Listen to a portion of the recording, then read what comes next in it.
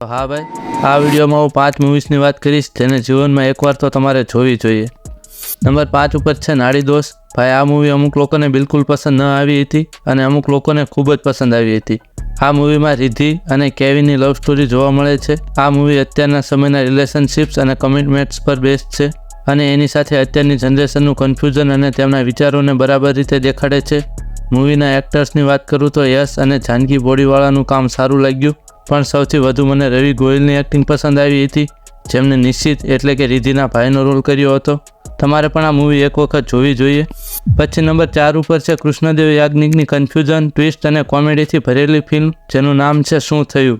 આ મૂવીમાં તમને થોડીવાર પણ કંટાળો નહીં આવે, કારણ કે આ મૂવીના ફની ડાયલોગ્સ અને મનનના બધું ભૂલી જવાથી જે ડ્રામા થાય છે એ જોઈને ખાલી હસવું જ આવશે.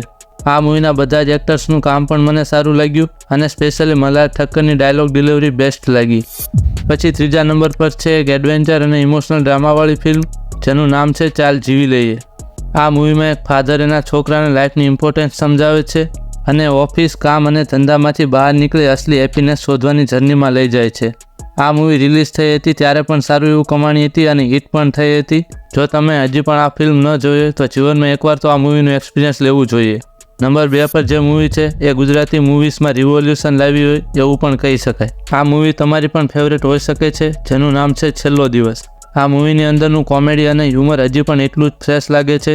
સ્ટોરીની વાત કરું તો કોલેજની લાઈફ દેખાડી છે, જ્યાં બધા અળવિતરા ભાઈબંધો ભેગા થાય છે અને અલગ અલગ કાંડ કરે છે. એ જોઈને જ એટલી મજા આવે છે કે આ મૂવી તમે ફરી જોશો તો પણ તમને કંટાળો નહીં આવે. છેલ્લો દિવસના લગભગ બધા જ સીન આઇકોનિક છે. હજુ પણ રીલ્સમાં આ મૂવીઝના સીન્સ જોવા મળે છે. લગભગ બધા લોકોએ આ મૂવી તો જોઈ જ હશે. તમે જો ન જોયું હોય તો એક વખત આ મૂવી જોવી જોઈએ.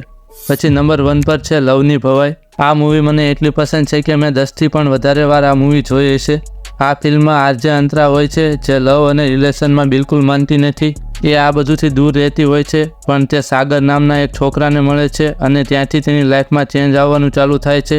આ મૂવીના સોંગ્સ હજુ પણ મારા ફેવરેટ છે. આ મૂવીના એક્ટર્સની વાત કરું તો મલ્હાર ઠક્કર, આરોહી પટેલ અને આપણા હર્ષદ મહેતા એટલે કે પ્રતિક ગાંધી, આ બધાએ બેસ્ટ કામ કર્યું છે.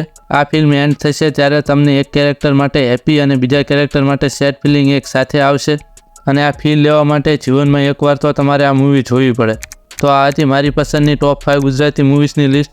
બાકી આના સિવાય તમને કોઈ બીજી મૂવી પસંદ હોય તો એ કોમેન્ટમાં લખજો. હું પણ એ ફિલ્મ જોઈશ અને કદાચ આ વિડીયોના પાર્ટ 2માં એને એડ પણ કરી શકું છું. આ હતો આ વિડીયોનો પાર્ટ 1. હું મળીશ આવા બીજા વિડીયોમાં.